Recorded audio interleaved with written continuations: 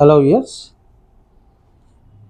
Microscope parts of microscope and compound microscope parts model ST04. ఇవి superior model. Number 1 eyepiece అండి. ఇది IPS.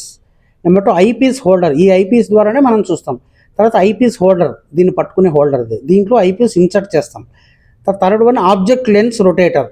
ఇది మూడోది ఆబ్జెక్ట్. ఈ ఆబ్జెక్ట్స్ మనం కాంటెంట్ ఏదైనా స్లైడ్ ఇక్కడ పెడితే దీని ద్వారా ఫోకస్ అయ్యి మనం ఐపీస్ ద్వారా చూడగలుగుతాం. ఇది ఆబ్జెక్ట్ లెన్స్ రొటేటర్. ఇది ఈ విధంగా తిరుగుతుంది, చుట్టూ తిరుగుతుంది, ఇటువైపు అటువైపు తిప్పచ్చు ఈ విధంగా.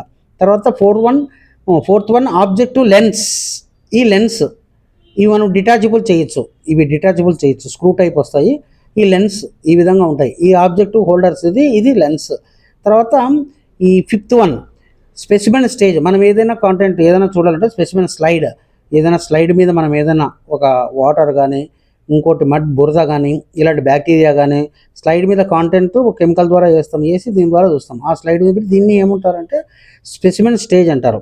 తర్వాత సిక్స్త్ వన్ ఈ డయాఫ్రమ్ డయల్.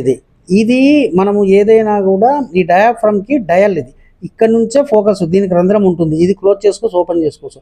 ఇది మనకేమవుతుందంటే దీని ద్వారా ఇక్కడ ఈ ఇల్యూమినేటర్ మిర్రర్, ఈ మిర్రర్ కానీ ఎల్ఈడి సోర్స్ లైట్ కానీ ఈ రెండు ఫిట్ చేసుకోవచ్చు.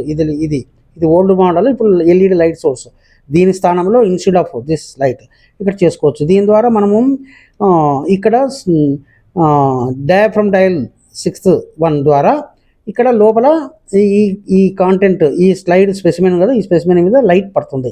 ఈ విధంగా దీన్ని క్లోజ్ చేసుకోవచ్చు. ఇది అడ్జస్టబుల్, ఇక్కడ అడ్జస్ట్ కూడా మనం చేసుకోవచ్చు. ఇది ఇల్యూమినేటర్ మిర్రర్. దీని ద్వారా మనం ఎల్ఈడి సోర్స్, లైట్ సోర్స్ అంటారు దీన్ని.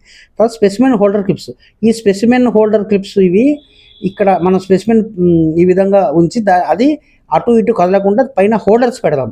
ఈ విధంగా హోల్డర్స్ ఫిట్ చేస్తాం. దీన్ని స్పెసిమెన్ హోల్డర్స్ అంటాం. తర్వాత next focus travel safety screw.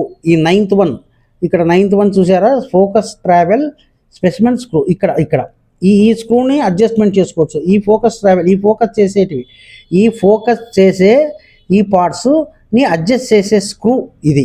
Next tenth one stand column. ఈ స్టాండ్ కాలమ్ ఏమంటే ఈ టోటల్ ఇక్కడ నట్ ఉంది. ఈ నట్ను లూజ్ చేసుకొని ఇక్కడ ఈ విధంగా పట్టుకొని స్టేజ్ కాలం, ఈ స్టాండ్ కాలం పెట్టుకుంటే ఇలా పైకి కిందికి కదులుతుంది. ఇది అడ్జస్ట్మెంట్ కోసం ఇది పెట్టారు. తర్వాత focus adjustment knob 11 focus adjustment అంటే కాన్స్ట్రాక్ట్స్ అంటారు.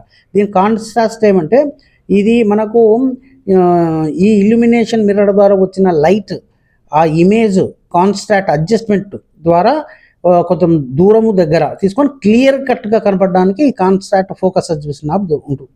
ఇది తోడ్పడుతుంది. తర్వాత 12th course focus adjustment knob.